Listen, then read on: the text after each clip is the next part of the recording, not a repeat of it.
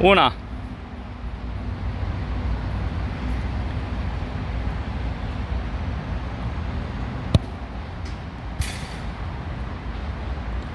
Bine, și acum tu corectezi în funcție de unde ai dat.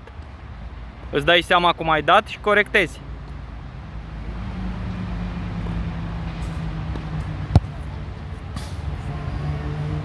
Păi da, da, ai dat la, trebuia să dai la colțul lung, acolo la vinc.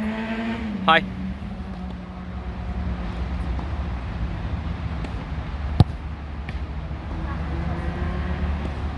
Măi, ia-ți un reper unde tragi, nu le tragi aiurea toate.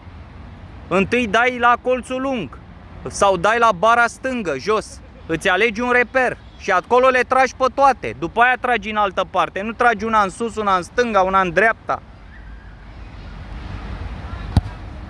Așa, bun, ți-ai luat colțul lung. Hai, și acum le tragi pe toate acolo. Până când îi dai gol.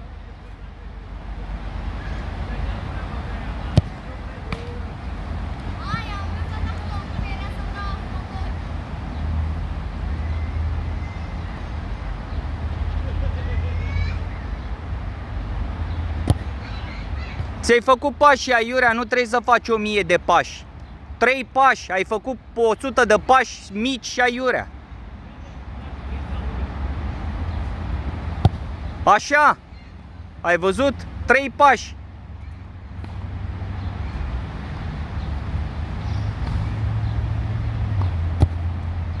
Ăla-i colțul lung? Las-o acolo, dă din partea aia. Trebuie să dai din toate părțile.